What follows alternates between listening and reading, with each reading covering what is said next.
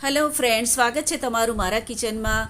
આજે આપણે માત્ર 15 મિનિટમાં બનીને રેડી થઈ જાય એવી બાજરીની એકદમ સોફ્ટ અને સ્પંજી, ખૂબ જ ટેસ્ટી અને હેલ્ધી ઇડલી બનાવીશું.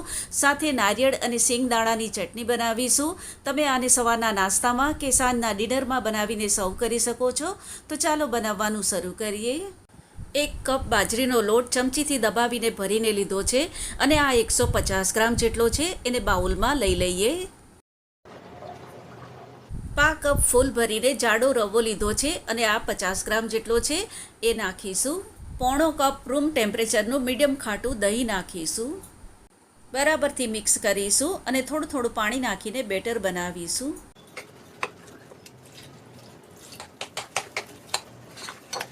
અત્યારે આપણે આટલું ઘટ્ટ બેટર રાખીશું. બારીક કાપેલા 2 ફ્રેશ લાલ મરચાં અને 1 ઇંચ આદુનો ટુકડો છીણીને લીધો છે એ નાખીશું. તમારી પાસે ફ્રેશ લાલ મરચાં નહીં હોય તો તમે લીલા મરચાં પણ નાખી શકો છો. 1/2 કપ લીલા વટાણા નાખીશું. અહીંયા મેં ફ્રોઝન વટાણા લીધા છે. તમારી પાસે ફ્રેશ હોય તો ફ્રેશ પણ નાખી શકો છો. 1/2 કપ છીણેલી ગાજર નાખીશું. બરાબરથી હલાવીને મિક્સ કરીશું. 1 ટીસ્પૂન મીઠું નાખીશું, અથવા મીઠું તમે તમારા ટેસ્ટ પ્રમાણે નાખી શકો છો. ઢાંકણ ઢાંકીને 10 મિનિટ માટે રેસ્ટ આપીશું. નારિયેળ અને સિંગદાણાની ચટણી બનાવવા માટે અહીંયા મેં ફ્રેશ નારિયેળની છાલ કાઢીને સ્લાઇસ કરીને અડધો કપ લીધી છે. અડધો કપ સિંગદાણાને છોલીને એના છોડા કાઢીને લીધા છે. 1 ઇંચ આદુના ટુકડા અને 3 લીલા મરચાંના ટુકડા લીધા છે. આ બધું મિક્સર જારમાં નાખીશું. તમારી પાસે ફ્રેશ નારિયેળ નહીં હોય તો તમે અડધો કપ સૂકા ટોપરાનું ખમણ પણ લઈ શકો છો. અડધી ટીસ્પૂન મીઠું નાખીશું, અથવા મીઠું તમે તમારા ટેસ્ટ પ્રમાણે નાખી શકો છો. અડધા લીંબુનો રસ નાખીશું. આને થોડું પહેલાં એમ જ ગ્રાઇન્ડ કરીશું. પછી 1/3 કપ પાણી નાખીને એકદમ સ્મૂથ ગ્રાઇન્ડ કરીશું. ચટણીને ગ્રાઇન્ડ કરી દીધી છે, એને એક બાઉલમાં કાઢી લઈએ. મિક્સર જારમાં 2 થી 3 ટેબલસ્પૂન પાણી નાખીને લઈ લીધું છે, એ નાખીશું. બરાબરથી હલાવીને મિક્સ કરીશું. ચટણી અને ઇડલીના બેટરમાં બંનેમાં નાખવા માટે વઘાર રેડી કરીશું. તો વઘારિયામાં 2 ટેબલસ્પૂન તેલ નાખીશું. 1 ટીસ્પૂન રાઈ નાખીશું. રાઈને થોડી ફૂટવા દઈએ. ગેસની ફ્લેમ ધીમી રાખીને 1 થી 1.5 ટીસ્પૂન ચણાની દાળ નાખીશું. 1 થી 1.5 ટીસ્પૂન અડદની દાળ. દાળ લાઇટ બ્રાઉન થઈ ગઈ છે તો ગેસ બંધ કરીશું અને 1 ચપટી હિંગ નાખીશું. 1 દાળી મીઠા લીમડાના પાન નાખીશું અને 2 સૂકા લાલ મરચાં નાખીશું.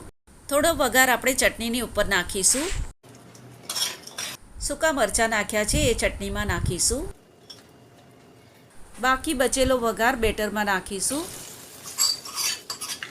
અને બરાબરથી મિક્સ કરીશું. તમે જોઈ શકો છો કે બેટર આપણે બનાવ્યું ત્યારે એકદમ ઘટ હતું અને અત્યારે થોડું ઢીલું થઈ ગયું છે. આપણે ગાજર અને વટાણા નાખ્યા, એનું મોઇસ્ચર છૂટ્યું, એના કારણે એ થોડું ઢીલું થઈ ગયું છે. તો બેટર આપણે આટલું જ મીડિયમ ઘટ રાખવાનું છે. ઇડલીના મોલ્ડને તેલથી ગ્રીસ કરીશું. 1 પેકેટ લેમન ફ્લેવરનું ફ્રૂટ સોલ્ટ નાખીશું. તમે પ્લેન ફ્રૂટ સોલ્ટ પણ નાખી શકો છો. 1 ટીસ્પૂન જેટલું નાખવાનું છે. હલકા હાથે એક જ ડાયરેક્શનમાં હલાવીને મિક્સ કરીશું. બેટર સારી રીતે ફૂલી ગયું છે તો એને તરત જ ઇડલીના મોલ્ડમાં નાખીશું.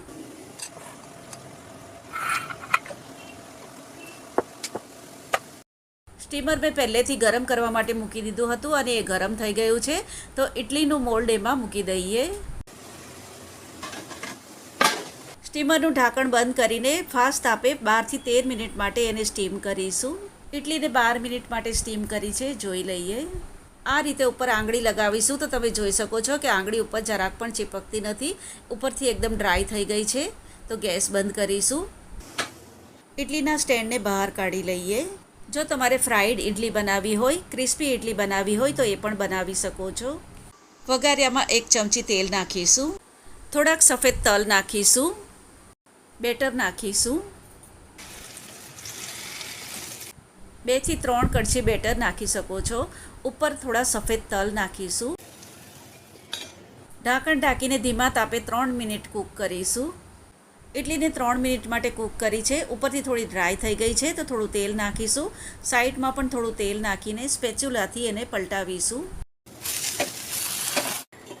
બીજી બાજુથી પણ ઢાંકણ ઢાંકીને 2 મિનિટ ધીમા તાપે કૂક કરીશું.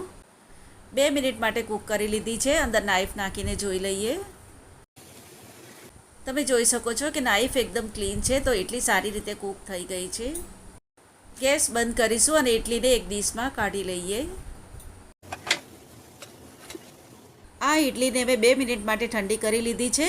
સ્પેચ્યુલાથી એને અનમોલ્ડ કરીશું. એકદમ સહેલાઈથી નીકળી જાય છે. તમે જોઈ શકો છો કે ઇડલી ઉપર કેટલી સરસ જાળી દેખાઈ રહી છે. આપણે ફ્રાઈડ ઇડલી બનાવી એ ઉપરથી એકદમ ક્રિસ્પી અને અંદરથી એકદમ સોફ્ટ બની છે. આ રીતે તમે ફ્રાઈડ ઇડલી પણ બનાવીને રેડી કરી શકો છો. બાજરીની ઇડલી બનીને રેડી થઈ ગઈ છે અને તમે જોઈ શકો છો કે એકદમ સોફ્ટ અને સ્પંજી બની છે.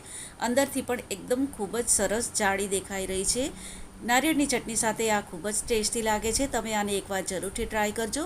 રેસીપી તમને પસંદ આવે તો વિડીયોને લાઇક કરજો, તમારી ફેમિલી અને ફ્રેન્ડ સાથે શેર કરજો. ચેનલ પર નવા હોય તો સબસ્ક્રાઈબ કરવાનું ભૂલતા નહીં. તો ફરીથી પાછા મળીશું આવી જ એક નવી રેસીપીની સાથે. ત્યાં સુધી bye bye and take care.